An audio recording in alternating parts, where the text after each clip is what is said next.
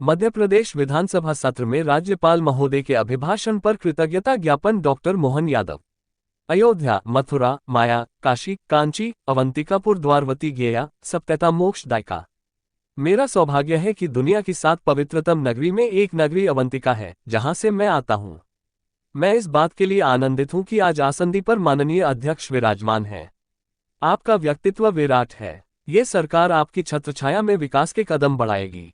आपका मार्गदर्शन प्राप्त कर हम प्रदेश को नई ऊंचाइयों पर ले जाएंगे। सीएम और सबसे बड़े मंत्रालय में आपने सफलता से काम किया।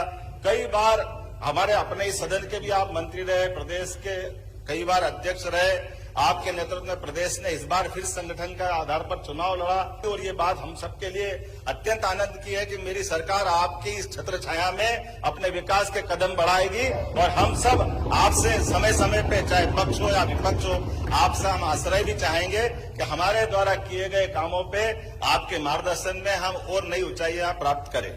इस चर्चा के इस सत्र में माननीय कैलाश जी विजयवर्गीय, वास्तव में आपने सही कहा भाई साहब, चाहे कैलाश जी हो, चाहे प्रहलाद जी हो, चाहे राकेश जी हो, चाहे गोपाल भार्गव जी हो, हमारे इधर सामने से भी रामनिवास रावत जी हो, हमारे अपने सारे, मैं तो कितना सौभाग्यशाली हूँ।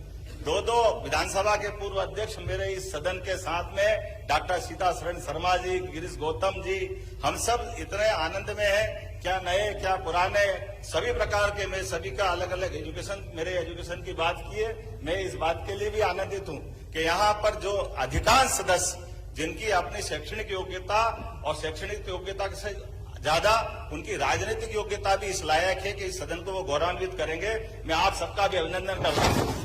माननीय अध्यक्ष महोदय, मैं सदन का नेता होने के नाते माननीय राज्यपाल महोदय के प्रति विशेष रूप से आभार व्यक्त करता हूं, जिन्होंने 16वीं विधानसभा के प्रथम सत्र में अभिभाषण देते हुए सरकार के विजन और मिशन को सामने रखा, हम सबको कृतार्थ किया।